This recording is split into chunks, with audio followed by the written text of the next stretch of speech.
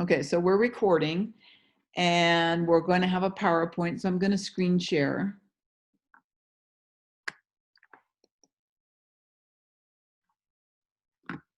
Come on, there we go. Let me bring it over here. Let me move you over.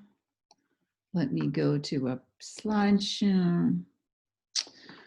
Okay, so now we're going to kind of double back. And the reason why we're going to double back is that we kind of had spent the first week just learning the mechanics of moving money around through time. And so that's really what we're doing with this Excel spreadsheet. And again, $1 received a year from now doesn't have the same value as the dollar that you have in your hand today. There's several reasons why that is: inflation, time value of money, opportunities. You know, you may have a great opportunity now, but if you wait, that disappears. Risk. So risk that you have an opportunity now that you're not going to have in the future. And so Excel is helping us with the mechanics of just moving money around through time. But suffice it to say, you got to wait for it. You can't just add it up to another value that you don't have to wait for. So this is what we've got to learn how to navigate. And now we're going to get to the part of the course that I think is really honestly most interesting. And that is really looking at different points of view. Because as I said before, values matter. We're going to have a really tough time negotiating all these things. So we really need to understand different points of view, and that will help us reach consensus as we strive to be more sustainable. So let's be very clear that when you're investing, what are you doing? You're trying to take scarce resources, whatever that is, whether it's cash or some man-made thing. Cash is man-made. Your time, I'm going to take my time and I'm going to do something so that I can build more for the future, or possibly buy land. You're going to take those resources and divert them from current consumption to the production of things later on that will have value in the future. So you're really making a decision. Do I spend the money now for goods and services that I'm going to use up, or am I going to invest it so I have net benefit in the future? So it sounds very simple, even though I know this Excel stuff, it drives you a little over the edge trying to figure out where to put all your numbers. But it's really very simple. Do I spend the money now on stuff that I consume and it disappears, or do I invest in the future and future consumption? So that's kind of the big issue, is that we do want investment in the future, because what it does is gives us productive capacity in the future, so that people in the future will have something that they can produce well-being from. Because if we spend it all now, then we're not going to have anything in the future. So that's very important that you keep all this in mind, regardless of how consumed you get with moving stuff around with these Excel spreadsheets. So the key here for benefit cost analysis is trying to identify the with and the without. Here is what we're proposing for our project, and here's what would happen if we don't do the project. So this with and without is very important. And the reason why it is because the without basically helps you identify the cost of the with, because an opportunity cost is, what do I give up? And let's just talk a little bit about the college example. So if you go to college for 4 years, what do you give up? The without option of going to college. What would you do if you weren't going to college? Probably be working. So you're going to be giving up that 4 years of salary of working to go to college. So that is a cost of going to college. That is an opportunity cost. There's also a hard cost of paying tuition and buying books and all these things. So that's an actual direct cost where you have to pay for it out of your pocket. And then there's that opportunity cost of giving up working. So that's really the with and without going to college. It helps to identify those opportunity costs, which is working instead of going to college, and then the cost with the project, which with going to college, you have to pay the tuition. So that becomes a direct, and the giving up working is an opportunity cost. So when you're looking at that example, those are the two costs of going to college. But what are the benefits? The benefits are that extra salary. How much more would you make if you went to college? So I must caution you, because someone has already turned this in and not really got this right. How much more would you make? More. Not how much would you make, how much more would you make? So again, it's always an opportunity situation. If I take the opportunity to go to college, I make more money. So that's really the number that you're using. So these points of view matter. And so we talk a little bit more about this here, where we kind of look at the steps that you go through in making these spreadsheets, because you're really getting it down. Do you do it or you don't do it? So if you do it, what resources are allocated to the project? What's that initial cost? What are all those costs that you have to spend? Usually there's an initial cost. There's an initial cost in year 0 usually. So that's really the scarce resources that are allocated to the project, and they are a negative number. Then you look at the value of the project output. So that's usually in year 1, year 2, year 3, you start to see it. Whatever that project was going to do for you, you're going to start to see those results. What is the value, the direct market value of those results? You can sell it for this much. That's what I'm talking about. The other cost you need to think about is really going on this side, where I don't do the project, and what happens then? Well, these resources go to other uses. And what really is the value of those uses? Because over here, this is direct, this is really indirect. I could have done that. So that becomes an opportunity cost. That becomes an opportunity. You gave up the opportunity to work. Instead, you went to college. So you gave up 4 years of salary. And then the benefit would be the value of that college education would be how much more you would earn. So this is really the decision tree that your book talks about. I don't know that you need to memorize it, but some of you are having a hard time identifying the relative costs and benefits to plug into those Excel sheets. So that's really an issue. And so we're going to talk a little bit more about, okay. So we've got this idea that we're going to invest. So if you're investing in any project, what are the public benefits of a project that you're going to tend to see? And those are really going to be opportunities that you give up if you don't do the project. So the one thing you see that everybody always talking about, taxes, taxes and fees. That's why the government likes private projects, because they generate taxes and fees. This is what we're trying to be accurate about when we're putting forth our case for more public projects rather than private projects. You're also going to have some government expenditures for the provision of services. I know a lot of people think that residential housing is really a good investment. I talked about this when they were doing development out on the Eva Plain. Everybody just thought, oh, we need housing. Let me just assure you that housing is very expensive to provide. It costs a lot to provide roads and sewers and schools, and residential housing development is very, very expensive for government. So that's really, you think it's a good thing because it's providing housing, but in reality, it's very expensive. We also have employment. So there's always an assumption if you have some development, there's employment. There's also different types of employment. Construction employment is cyclical, it goes away.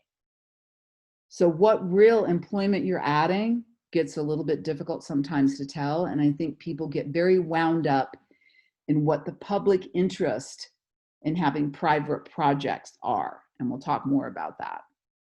And then there's just generally the economy. And you notice all these tend to revolve around the economy so far. But lastly, then we get into the environment and the social system. So we're really trying to account for all these because every member of the public will be affected by these potentially when you do a project. So the thing is, this is a very big list and they're not all the same.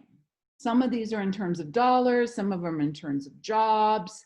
So we need to kind of look at these different points of view and then also how they're distributed.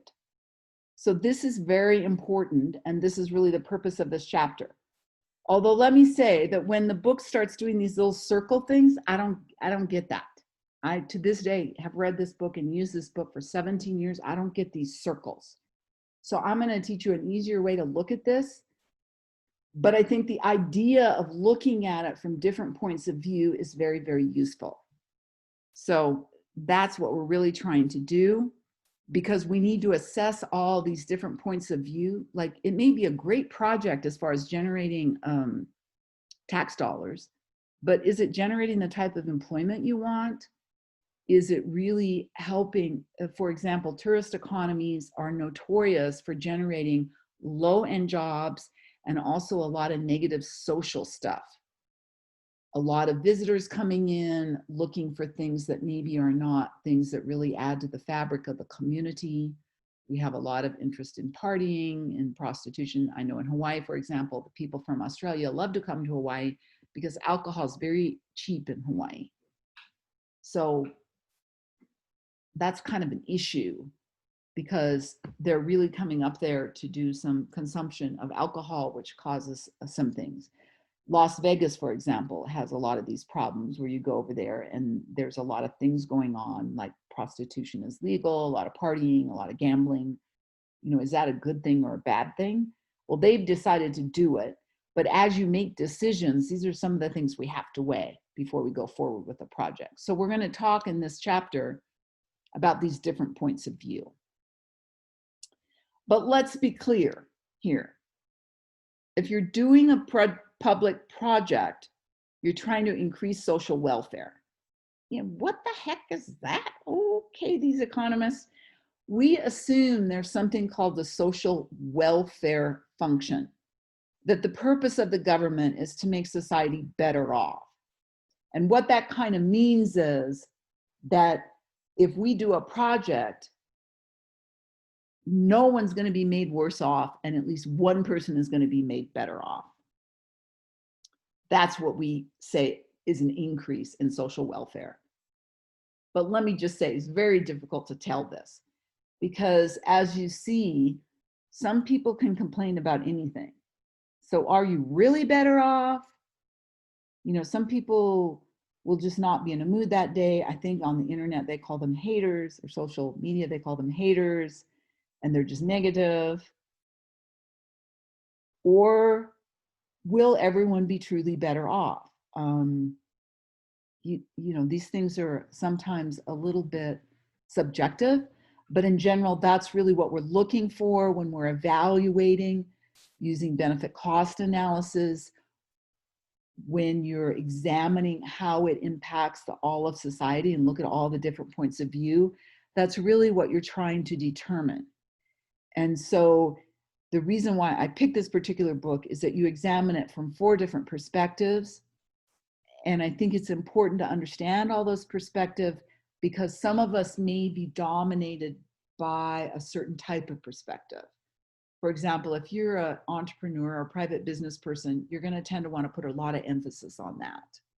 Versus maybe if you're a social worker, maybe you're very concerned about the social structure of the community. Or a public health worker might be very concerned about that. A conservationist is very concerned about the environment. So we want to really look at this idea of, is society better off? Which really boils down to who's worse off, who's better off, who's worse off, and how better off or worse off are they as a result of this project. So that's what it boils down to. And of course, we wouldn't be economists if we didn't have all these funky words? So we have this word, Pareto improvement. Pareto improvement. Did it get better? Did social welfare get better? It's difficult to tell, but let's look at my little figure here. So you have project A and you have project B. And we have 4 people in the community. So project A really helps person 1. Really looking good for person 1. Doesn't help person 2, but helps person 3, and doesn't help person 4. But you notice here that there's a net change of 0. So while person 1 is better off by 5, person 4 is worse off by 5. Person 2 is worse off by 2, person 3 is better off by 2. So it's really a 0 sum. You didn't change anybody's well-being on the total as you sum across all these 4 individuals. So it's probably not a really great project because no one is really being made better off. You're coming out with a 0 win here. And I don't suppose person 1 is going to be happy about not doing the project, but person 4 is not going to be happy doing it. So you're going to kind of, unless 1 is very powerful and 4 is a very low power position in the community, probably not going to do the project because it's a 0 sum. So there's no benefit to society from doing this project. No one comes out a winner anywhere. But if you come down here and you look at B, you see that we only have 2 people losing in B, and they're only losing 3. But you see how much person 4 gains. So we really have a net gain across the whole group. So technically, if we really wanted to do this, maybe person 1 would chip in 1 to compensate person 3, because person 1 still gets 1. And if we give person 3 1, then person 3's the same position as they were before we started. So that person 1 is 1 better. And then person 4 could give 2 to person 2. So person 4 still has 5.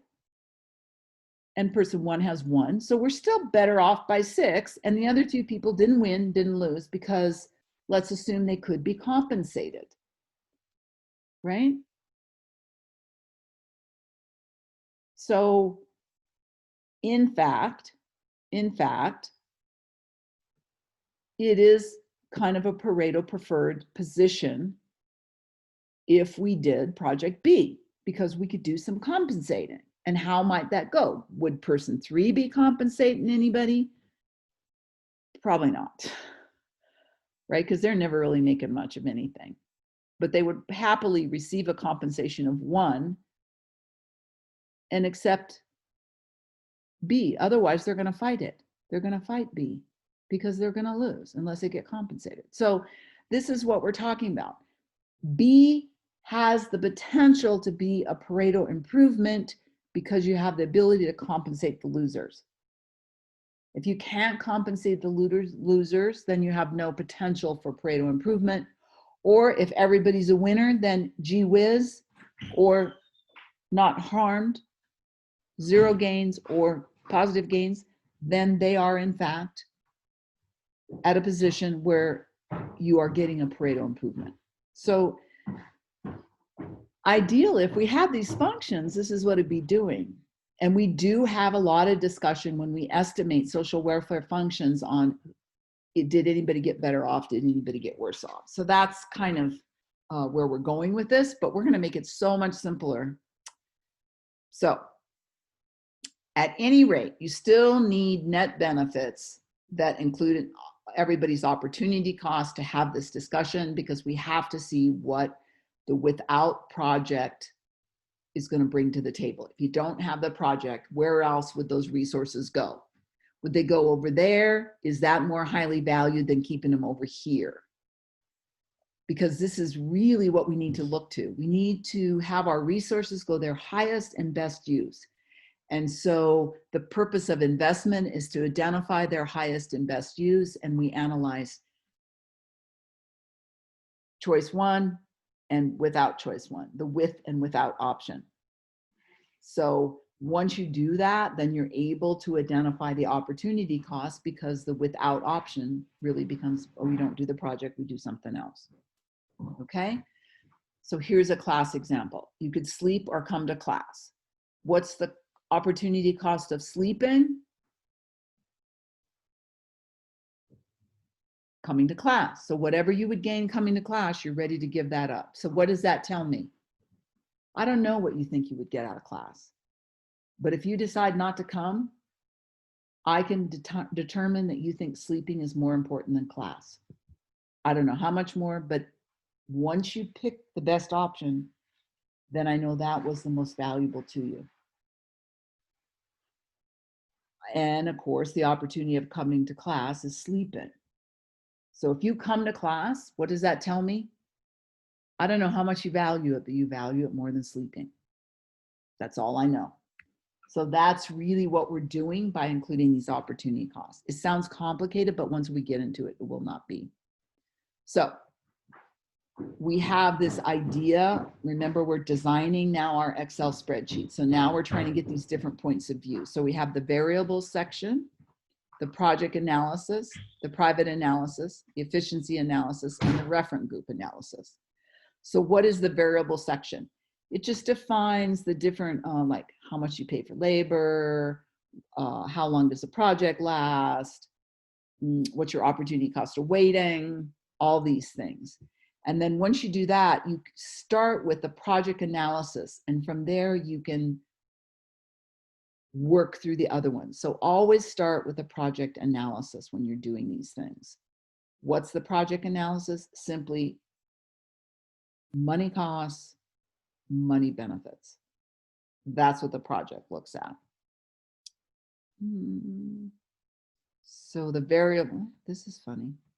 So the variable section just kind of has all these little details, like inputs and outputs. How much do you use? How much machines? What does it cost? The market prices, taxes. If you're going to do a private investment, you need tax rates, your discount rates, your financing flows. What does that mean? I borrowed the money. I used my own money. I floated out like this, like I did tuition. So I paid tuition in advance the first year, the second year, the third year, and the fourth year. So that tuition comes at the beginning of the year. So it starts in year 0, things like that. So you try to get them into the cells. And so then this way, if you want to make changes, you can go to this section and change it. Some of you are starting to do that, but it's very difficult to follow where you're putting things. Like, where are your discount rates? I'm kind of searching around. Some of you are using the wrong ones because you're not initially just going out and filling out the data that you need. Time of the investment. What's the discount rate? What's the initial cost? What is the information for the net benefits annually? A lot of problems on that. So that the remaining sections then cover these separate analysis. So let's start with this. It seems hard, but it really, really isn't. So you start with your project analysis. So this is all the money costs and the money benefits. That's really what the project is doing as far as the market point of view. That's where you start. And from there, you're going to adjust to get the other ones. You're not going to do these circle things because I can't figure them out. So start with the money costs and the money benefits in analyzing your projects. Then you look at the benefits and costs that go to the private owner. So what's the difference between the market prices and the benefits and costs that go to the private owner? Usually taxes. Usually taxes. When you have a project, you're going to make a net profit, but some of that has to go out for taxes. So it's at this point that benefit does not go in the pocket of the private owner, but it goes into the community pocket. So you understand then, for example, when you look at a project, you can determine what that private owner is going to get. So you can kind of understand how motivated they are. And often you will see development people in rural communities giving tax breaks, which I never recommend them doing. I never recommend that. because if you give them tax breaks, a lot of these private projects will have a life of, say, 5 to 10 years. Those people are not from the community. They come in, they get the tax break, they make all these profits. Their discount rate is very high. In 10 years, they're done, and they move away. And so many communities will be giving tax breaks. And this is what I often use to demonstrate to them that given the short length of time that a private investment usually requires to pay out because they have such a very, very high discount rate that they use, tax breaks only encourages them to leave sooner. So I tell a lot of communities, don't try and lure businesses by giving large tax breaks. Look for businesses that like your community and want to be in your community. For whatever reason your community is, look for what you have to offer and try to sell that. Don't try to give them tax breaks, because then they're going to leave and you're going to have made no money off of this thing. These people come in, they make all these profits. Maybe they only hire their own, no taxes, they leave. And the point of that was, that didn't really get you much of anything, because if they leave, those jobs are gone now. So that's a problem. Then after that, once you do that, then you go back to the project analysis and you adjust it for efficiency. And what are we doing with efficiency? We learned this last week. When you're working in an economic situation, you're looking for externalities that are not accounted for. Are there non-market costs that wasn't included in the project and was not paid for by the private owner? Was there pollution that was brought in with this project? If there was, there's no way to charge for that. And so it's not paid, and then the private project is finished, and then the community is sitting on top of a problem. Resources that were messed up because there was no way to get that private owner to pay the true costs. So anytime you see a problem and there's some notion of, oh, there was a pollution that was caused, or maybe there was a public benefit, which would be a positive. Usually it's a negative. But we really want to look at those efficiency prices, which really account for all the costs, not just the market costs, but all the true costs of doing business. And then lastly, let me move you over. Lastly, we want to think about the referent group. What the heck is the referent group? For me, let's put you over here then, if you're going to be so difficult. There we go. We'll put ourselves over there. What's the referent group? That's the community. So the community wants profits to stay in the community. Often that doesn't happen. Why does that not happen? Because the private investor is a foreigner. When the private investor is a foreigner, they take their money and go home. So every time a dollar leaves the community, you lose about $2.3. The multiplier effect is usually quite large when money leaves the community. What you want is the money to stay in the community and keep circulating in the community. So we got to account for that. If you have foreign investors, this is where you discourage them, because you do this analysis and you see, oh, this is going to be expensive for the community, because not only are you not going to hire local, but you're also going to take all the profits home. So I need to figure that into my negotiation when a foreigner comes in and wants to invest. And a lot of people don't do that, but this is very important. And I think this is why we're so excited about the Buy Local campaign, because it really is a local business meeting local needs and providing goods and services that local customers want, and then that money circulates within that community many times, and we get a multiplier effect. And this is why we don't like the fact that Hawaii imports 88% of its food, because all those profits leave the state and they circulate in other economies. It doesn't really benefit us. Buy local, stay local. That's why we have those phrases. And when we do this analysis, this is why if you have foreign investors coming in, you would do this analysis for your community and really argue your case that those people need to really kick it in, because they're going to be taking home a lot of money. So they need to kick it in to keep this community getting the things, market or non-market, that it needs. So that's kind of the ideas. Let me see if we have an example. Why do we do that? Okay. So we really do this because we want really a whole appraisal and a way for all community decision makers to be examined with how it's impacting them. And we also want to understand the person investing the money, whether it's a government or a business, how does it look from their point of view? So we really, it lets us look at all the different points of view, and it's very interesting. And then also for debt financing for private owners, it's interesting, but mostly for our class, it's interesting because it lets us look at the way different stakeholders are impacted. So it helps us kind of understand how far reaching these things, and helps us understand if we're being efficient in our use of resources. Are we having a situation where a lot of pollution is being caused? If we are, that's not efficient, because that's not being paid for by the customer who's buying the good unless we tax for that. So we would have to actually have a policy change if we had a company coming in that was going to sell a good or service that had a lot of non-market costs. We would want to account for that in some sort of way. And then, does it provide an overall benefit to the community? This is something that's very difficult because most people just say, oh, it brings in jobs. But does it? Are you really hiring locals? Is this really a type of job that locals want? Is this something that's going to be great? Or are you going to have to move in more people because the jobs are not really wanted by the local population?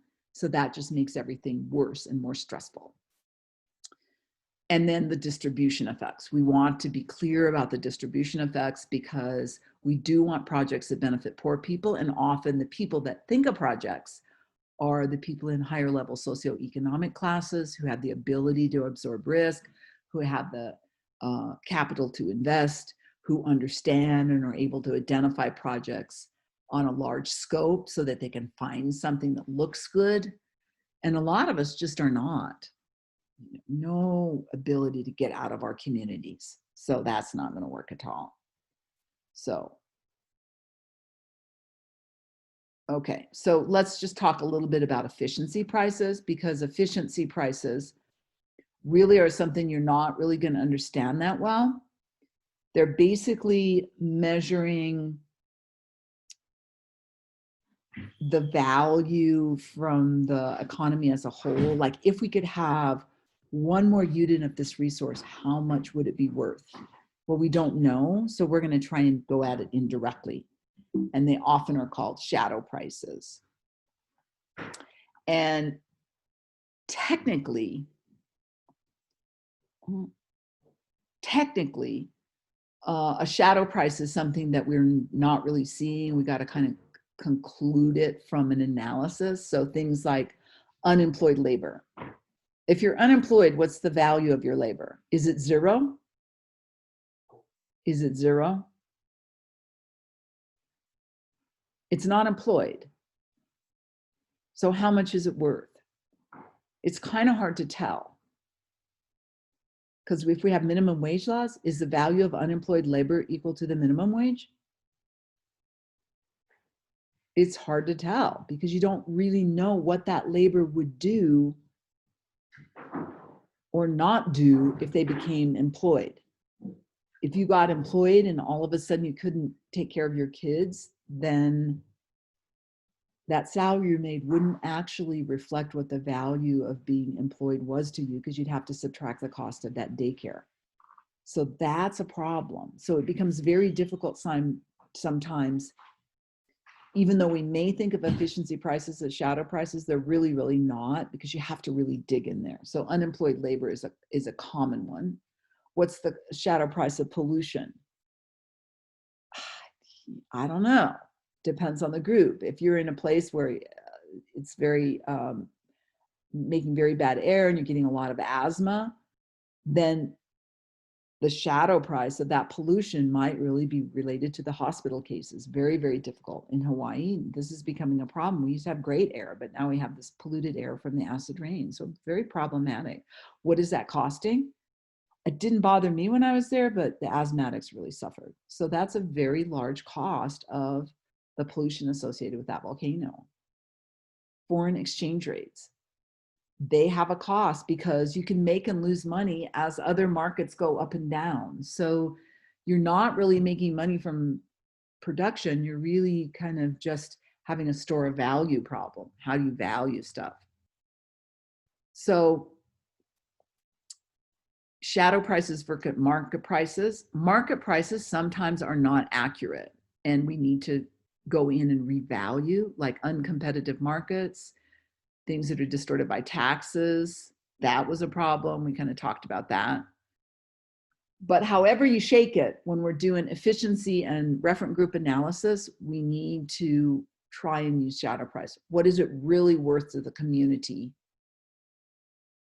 The cost of that pollution. What is it really worth to the community that profits are being taken out, or they're not hiring locally, or whatever it is going on in that project? And so it's kind of, oh man, this thing is not synced up, isn't it? Okay. And then we have, of course, lastly, the reference group.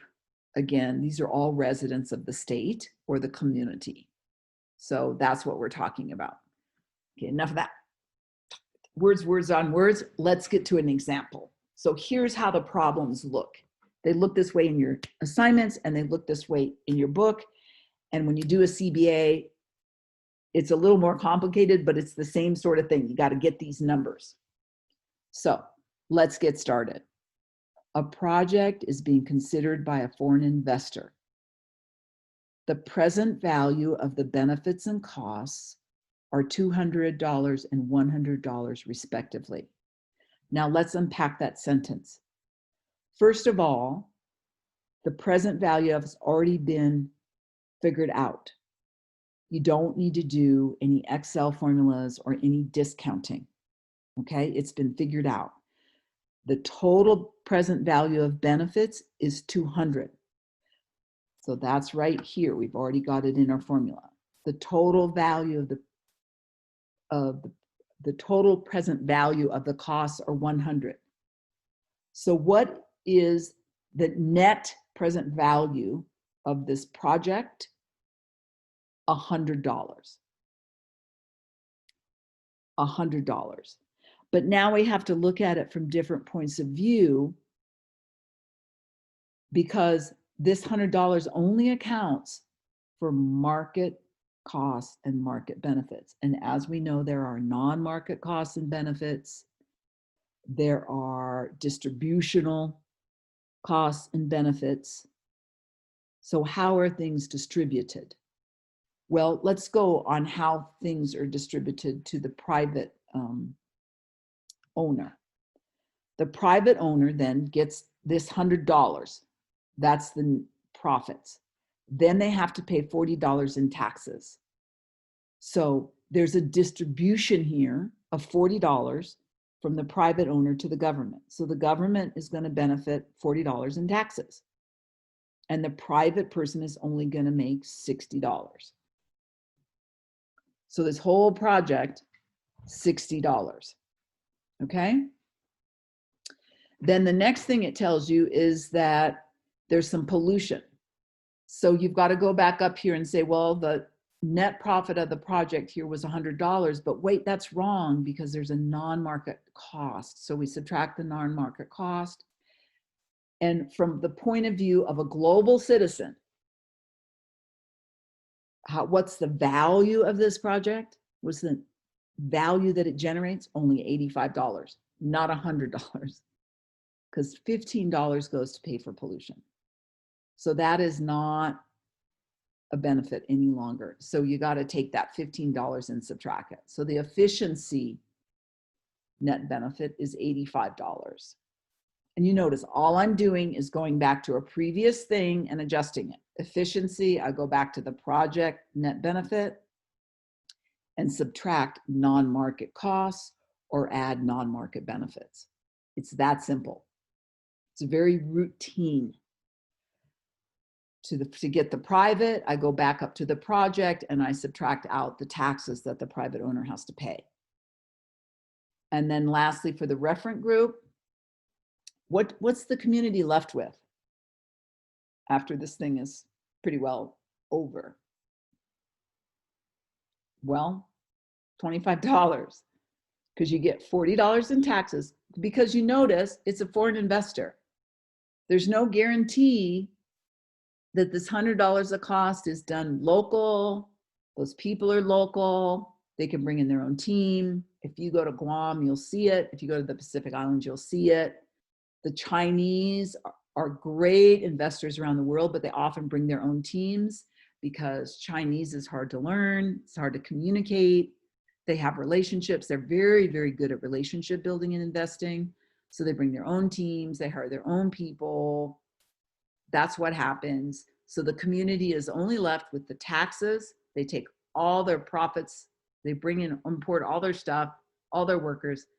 They take all their profits and they go home. So the community is left with $40 in taxes minus the cost of the pollution. So this project, because there's a foreign investor, it's only bringing the community $25. That's it. Even though the project made $100. So this is why we are very uninterested often in foreign investors. And if we are interested in them, we need to do something about the fact that the community is only left with $25 unless we force them to do certain things like hire local, use local vendors, suppliers, try and bring more benefits into the community so those dollars circle around. If this was not a foreign firm, then the whole $100 would stay in the community. The private owner would still only get 60, but the rest of it would still be in the community because they would say, oh, my $60 I'm going to spend over here at the local store because I live in this community. So the $100 would stay, or the $60 would stay there, and the $40 would still be tax dollars. You would still have the $15 pollution charge. And what you're trying to do here is identify what pollution they're causing and try and charge them for it. So you can clean it up yourself so you're not holding the bag. So out of the $60, you would try and negotiate a $15 cleanup fee out of them. So that's why if you estimate all this beforehand and have a handle on what you're talking about, you go into negotiations and you can get a much more successful conclusion. So that's about it. That's about how simple it gets. And all the problems either look like this, where you have to do these breakdowns, or they look like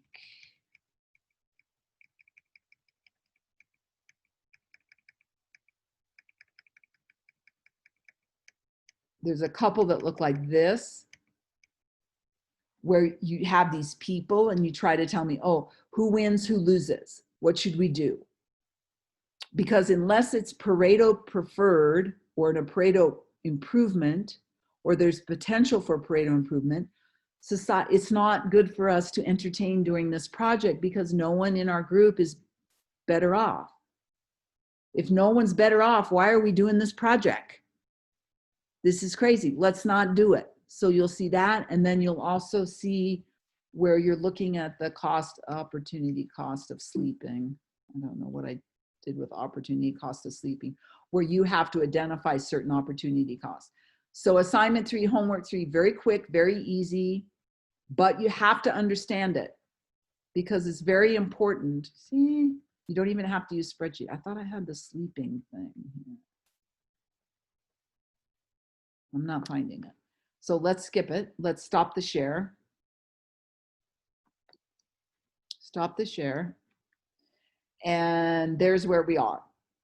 So again, homework 3, assignment 3, pretty quick, pretty easy, doesn't need to be done in Excel because it's as simple as adding and subtracting 2 small numbers, but it's all geared at helping you understand, because when we get further down, this becomes more and more complex as we actually start estimating some of these pollution costs, distributional issues. What happens if a project has distributional issues? How might you account for this? How might you look at how how to deal with it. So that's what we'll be learning later. So anyone has questions?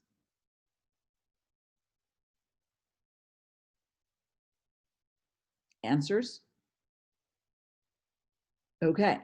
So get these homeworks coming in. I mean, I think it's going pretty good. There's a few minor issues, but as I said, I will grade them very quickly and I will try to give you very specific feedback. So if we don't have any questions, then let's end this session. I just have a question. Is there like, besides, because you're probably busy and stuff to get too much help, is there like a TA assigned to this class too, or no? No. Okay. I mean, I'm happy to meet with you. I think we just need to get you started. Okay. And it's not hard because we really, for undergraduates, you know, it's only to chapter 5. So I think it's just a matter of getting used to doing these MPBs. Okay. So I'll give you a time or you give me a time, probably later in the day is what I'm thinking for me. Okay. So maybe that's fine with me.